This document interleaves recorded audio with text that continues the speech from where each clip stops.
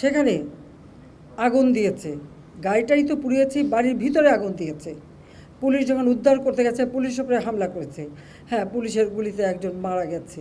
রংপুরে ভিসি দোতলায় মিটিং করছে, সেখানে প্রক্টর এবং বিশ্ববিদ্যালয়ের সবাইকে নিয়ে। সেখানে আগুন দিয়েছে, গাড়িটাই তো পুড়িয়েছি, বাড়ির ভিতরে আগুন দিয়েছে। পুলিশ যখন উদ্ধার করতে গেছে পুলিশের উপরে হামলা করেছে। হ্যাঁ, পুলিশের গুলিতে একজন মারা গেছে। যেই মারা যাক, সে তো বাবা মার সন্তান। আমরা সেজন্য সত্যি দুঃখ প্রকাশ করি। এবং তার বাড়ি রংপুর পীরগঞ্জ, ওখানে আমরা যাতে তার কাফন দাফন সব কিছু ব্যবস্থা করে দিয়েছিলাম।